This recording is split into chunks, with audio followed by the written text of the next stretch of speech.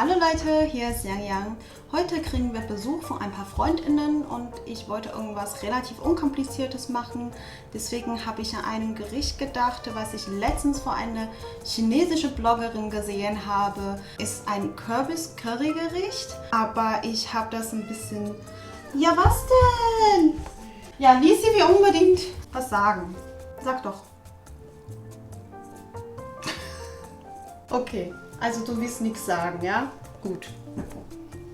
Genau, und ich habe das so ein bisschen geändert. Das kann man auch locker für mehrere Leute machen. Deswegen zeige ich euch heute, mache ich das heute auch für meine Gäste. Das dauert nicht lang, ist sehr unkompliziert und schmeckt wirklich sehr lecker. Weil wir zu 6 sind, habe ich auch einen großen Kürbis gekauft. So einen Butterkürbis. Ihr könnt natürlich auch anderen Kürbis nehmen. Und 2 Packungen Tofu, das ist ja auch eine ordentliche Menge. Wenn ihr weniger Leute habt, dann gerne einfach reduzieren. 2 große Zwiebeln, ein bisschen Spinat, 2 Spitzpaprika und noch ein Zitronengras. Das kriegt ihr meistens auch im Asialaden und teilweise auch im Supermarkt. Und wenn ihr keine Frisches findet, gibt es auch sowas zu kaufen. Das sind so kleine, geschnittene, getrocknete Zitronengras, geht auch. Ansonsten brauchen wir noch etwas helle Sojasauce, Rapsöl, Kokosöl. Wenn ihr kein Kokosöl habt, könnt ihr auch weglassen. Und ein bisschen Salz, 2 Packungen Kokosmilch. Da sind etwa 3 kleine Teelöffel Curry. Das ist einfach ganz normale Curry, was man auch im Supermarkt kriegen kann. Limetten und Koriander. Und weißen Pfeffer, da habe ich leider vergessen. Erstmal die Tofu nehmen wir raus. Kurz abtrocknen mit Küchenpapier. Das schneide ich einfach in große Stücke.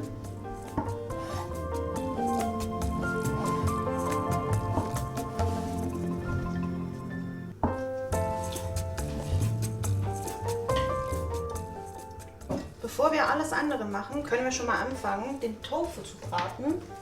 Öl in eine heiße Pfanne und etwas Salz drin. Dann den Tofu Stück für Stück reinlegen.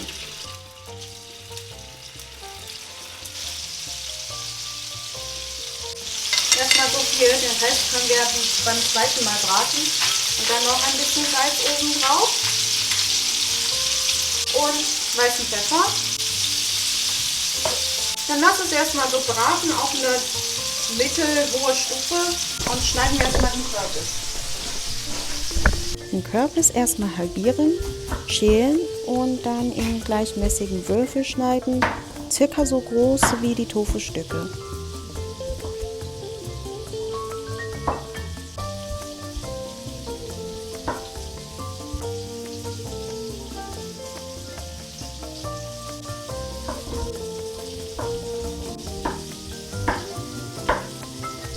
Zwischendurch mal den Tofu gucken und umdrehen und weiter braten lassen.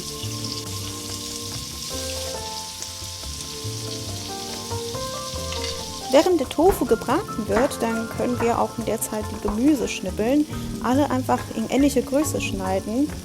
Wenn der Tofu so schöne Farbe bekommen hat, einfach noch ein bisschen helle Sojasauce drauf und kann man schon mal rausnehmen.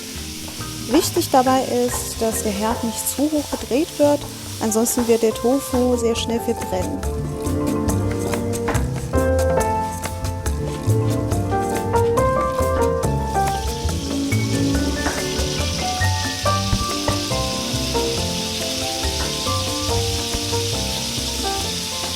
Und den Zitronengras können wir mit dem Messer etwas aufklopfen und halbieren, damit der Geschmack besser rauskommt.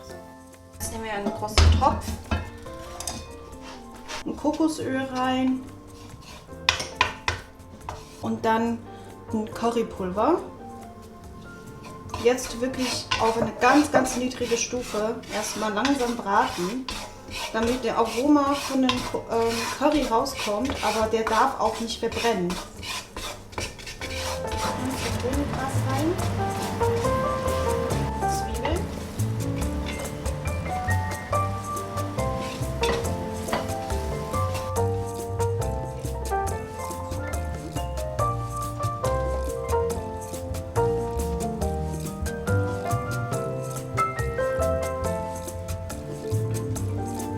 ungefähr 1 Teelöffel Salz geben.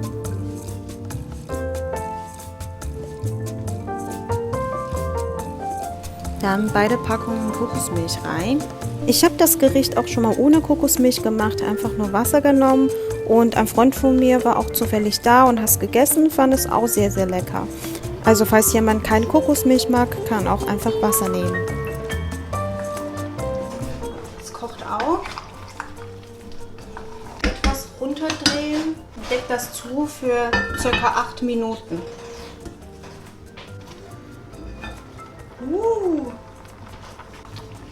Das sieht schon mal sehr lecker aus. Nehme ich etwas Gemüse und die Suppe raus.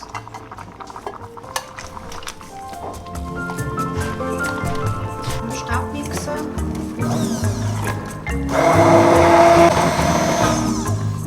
Drück in den Topf.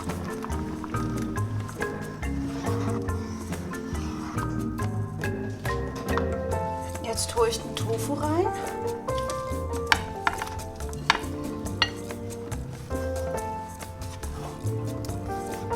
Etwas helle Sojasauce für die Farbe auch. Spinat rein.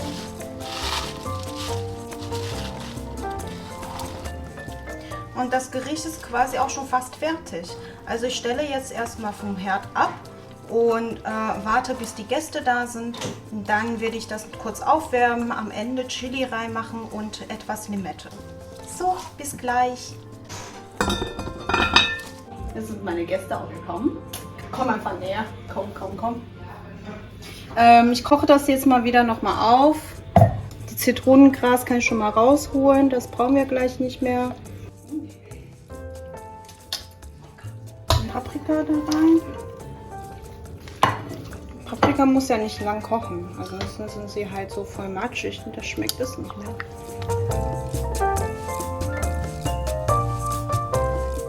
So, das war's dann auch für heute, beziehungsweise auch für das Jahr 2021. Das Gericht heute ist nicht traditionell chinesisch und bestimmt auch nicht irgendwie richtig indonesisch, aber das ist vielleicht auch nicht der Sinn der Sache. Es wurde südasiatisch inspiriert, mit chinesischem Touch gekocht und habe dann mit meinen Freundinnen in Deutschland geteilt. Das leckere Essen hat uns zusammengebracht und sehr viel Freude verbreitet. Ich hoffe, meine Videos in diesem Jahr hat euch auch etwas Freude und vielleicht auch neue Inspirationen gebracht. Vielen Dank, dass ihr dabei seid und ich wünsche euch ein frohes neues Jahr. Lasst es euch schmecken und wir sehen uns in der nächsten Folge im neuen Jahr. Tschüss!